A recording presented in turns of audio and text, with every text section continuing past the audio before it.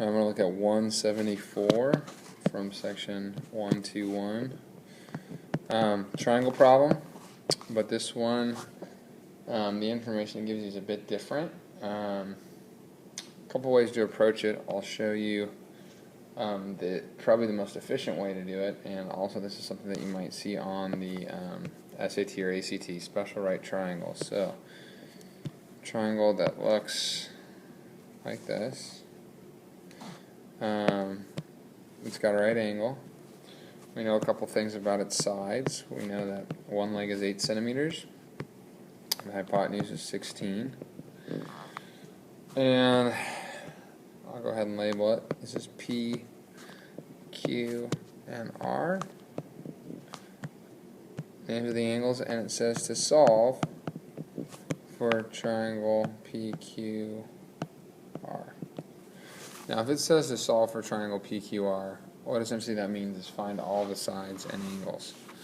So a couple ways to approach this. One, we could use trig to do this, or secondly, we could use special right triangles. So let's first use trig, because that's what you're used to. So I got my hypotenuse, and we can maybe use this as our angle P. That's our hypotenuse, this is our opposite, and this is side A. So what we'll do is we have our opposite and our hypotenuse. So this is using trig or SOHCAHTOA. So opposite and hypotenuse uses sine, so it's going to be sine of angle P is equal to opposite, which is 8 over 16.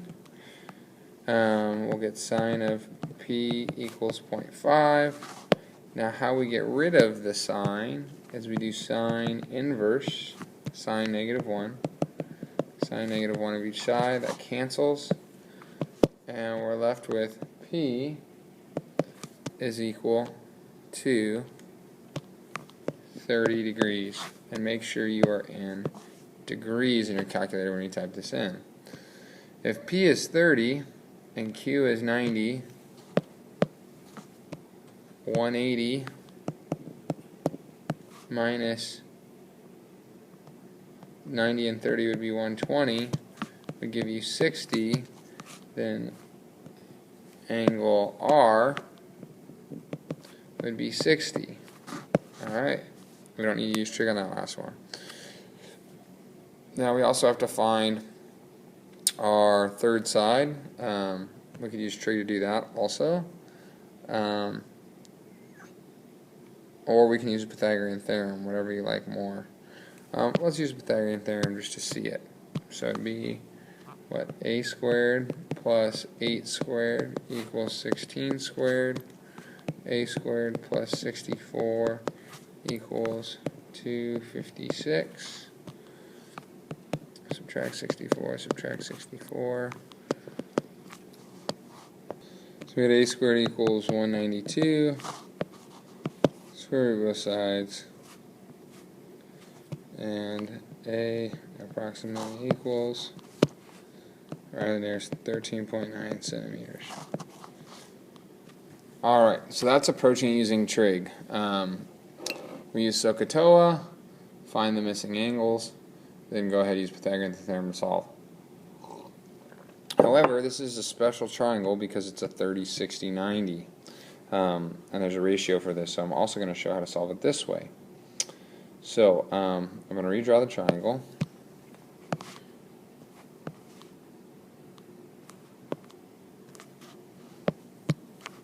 Alright, and this is 8, and this is 16,